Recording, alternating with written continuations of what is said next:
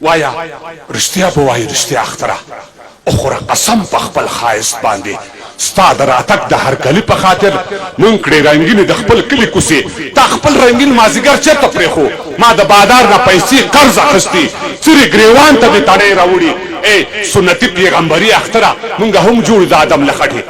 ډېرو قیدیانو ته بخښنه وشوه ډېرو ګناهګارو ته رخصت ورکړی شو موږ لیوني په ثواب څه پوهېږو چې د دعا په وخت دعا وغواړو موږ خپل ارمان په خپله خپو لاندې کړو ستا څه پروا لرو رنګین اختره ستا څه ګناه نشته په موخه دې ښه موږ فطرتي په ویر لړلې ناست یو او اختره دواړه پیسې لاس کې نیسه دلته پټکي دلته خولۍ پرتې دي دا هدیره نه ده زمونږ کلی دی دلته تنې دلته کوپړه پرتې دي احتیاط کوه سپینو جامو باندې موږ د سور رنګ تخم زیات کرلی څه وکړم څه وکړم لاړ شم د بازار په لورې که د شهید لالا مزار په لورې دا ماشومان د دیوالو خواو ته ستا په دویلي ورځ نهر پاتې دي دا اعلانیه د یوې مور د خولې ده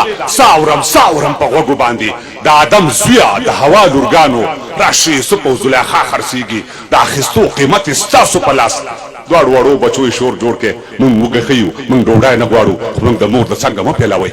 څوک د یوسف خریداران راغلل چا د هوا لور په ساتنه بوتله اسمان د بره نندارې کولې ځمکه خاموشه او د حکم تابع او اختره دا مبالغه نه کوم داسې سوزل په دغه ښار کې وشول اختره موږ ته دعا وغواړه د عرش کرسي د اسمانو مالک نه موږ د دې ځمکې پر مخ چرته لاړ شو هر ځای کې موږ خلک په کاڼو ولي اختره داسې منصوبه جوړه کړه چې وبا راشي او موږ ټول تباه شو یا د عیسی د اسمانو راکوشي دا د دجال بچي او موږ د بیل کړي یا حنیفه صاحب د لښکرو سره چې زموږ ګریوان د ظالمان خلاص کړي لږ وخت مې ومو ډېره مننه